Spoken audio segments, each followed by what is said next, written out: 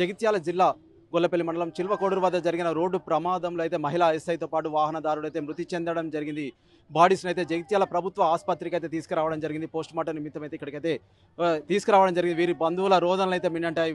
మృతునికి సంబంధించి అయితే నరేష్ మల్యాల నరేష్గా అయితే గుర్తించడం జరిగింది. ముత్యంపేట గ్రామానికి చెందినటువంటి నరేష్ అయితే బ్యాంకు ఉద్యోగి అయితే కొలువు చేస్తున్నాడు. రోజు మాదిరిగానే ఈరోజు సైతం బ్యాంకు ఉద్యోగానికి అయితే వెళ్తున్న క్రమంలో అయితే ఎదురుగా వస్తున్నటువంటి వాహనం అయితే గుద్దడంతో తనైతే అక్కడికక్కడే మృతి చెందడం జరిగింది. మహిళా ఎస్ఐ సైతం అక్కడే మరణించడం జరిగింది. ప్రస్తుతం మీద మనతో పాటు అయితే కొంతమంది గ్రామస్తులు ఉన్నారు. ఈ విషయం తెలిసి గ్రామంలో అయితే విషాద ఛాయలు అయితే అలుముకున్నాయి. ప్రస్తుతం మీద మనతో పాటు కొంతమంది గ్రామస్తులు ఒకసారి వారితో మాట్లాడదాం. సార్ చెప్పండి, ఏం జరిగింది?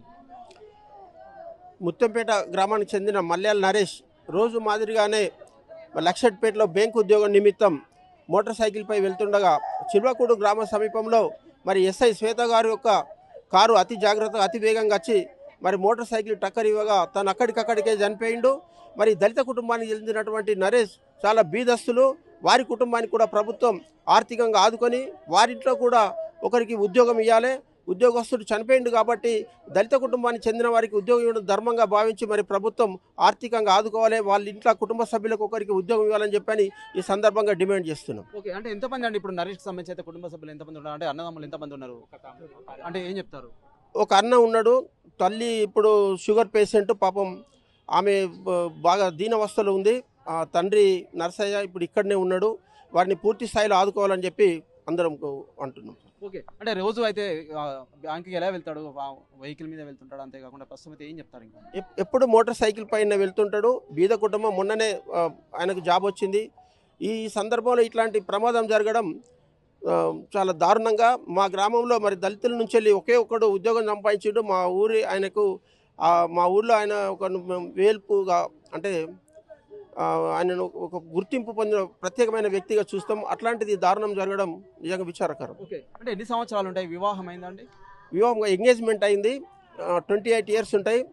ఈ 2-3 నెలల్లో పెళ్లి పెట్టుకునేది ఉండే. పాపం ఇది జరగడం చాలా బాధాకరం. ఓకే, ప్రస్తుతం మనం అయితే చూస్తున్నాము ఇక్కడైతే దళిత కుటుంబంలో పుట్టి అయితే ఉద్యోగం సాధించాడు. మా ఊరి నుంచి అయితే ఒకే ఒక్కడైతే ఉద్యోగం సాధించి అయితే కొలువు చేస్తున్నారని చెప్పేసి అయితే ప్రస్తుతం అయితే గ్రామస్తులు అయితే చెప్తున్నారు. చదువులో సైతం ఇప్పుడు ముందంజలో ఉన్నటువంటి నరేష్ అయితే మృతి చెందిన పట్ల అయితే గ్రామంలో అయితే విషాద ఛాయలు అయితే అలుముకున్నాయి. మరో 2-3 నెలలు వివాహం అయితే కావాల్సింది, ఎంగేజ్మెంట్ సైతం అయిందని చెప్పేసి అయితే వీరి ఇక్కడ గ్రామస్తులు చెప్తున్న పరిస్థితి అయితే మనమైతే చూస్తున్నాం. మనతో పాటు అయితే మరికొంతమంది వీరి బంధువులు ఉన్నారు. ఒకసారి వారితో అయితే మాట్లాడే ప్రయత్నం అయితే చేద్దాం.